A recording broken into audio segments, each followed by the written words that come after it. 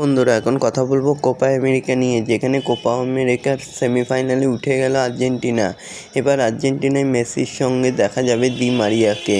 Coach স্কলিনির মুখে যেন স্বস্তির হাসি ফিরেছে। লিও মেসি সুস্থ হয়ে ওঠায় সোমবার দলের সঙ্গে পুরো সময় অনুশীলন করেছেন আর্জেন্টিনা দলের অধিনায়ক।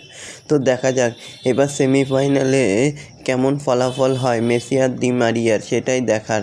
এরকমই সব ফুটবলের খবর জানতে হলে আমার চ্যানেলটিকে অতি শীঘ্রই লাইক, কমেন্ট, সাবস্ক্রাইব করতে ভুলো না ও বন্ধুদের মধ্যে প্রচুর পরিমাণে শেয়ার করে দাও, যাতে খুব শীঘ্রই আমার 4000 ঘন্টা ওয়াচ টাইম পূর্ণ হয়ে যায়। তো বন্ধুরা, কোপা আমেরিকা এবার আর্জেন্টিনার মুখোমুখি হতে চলেছে কানাডা। তো দেখা যাক কী হয়।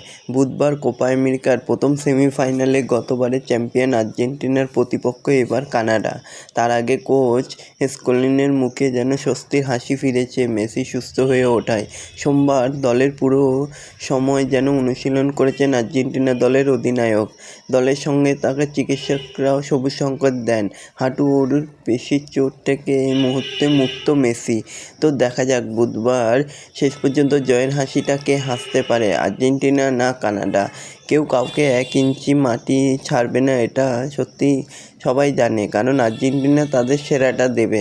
তবে অপরদিকে কানাডাও ছেড়ে কথা বলবে না, এটাও সবাই জানে।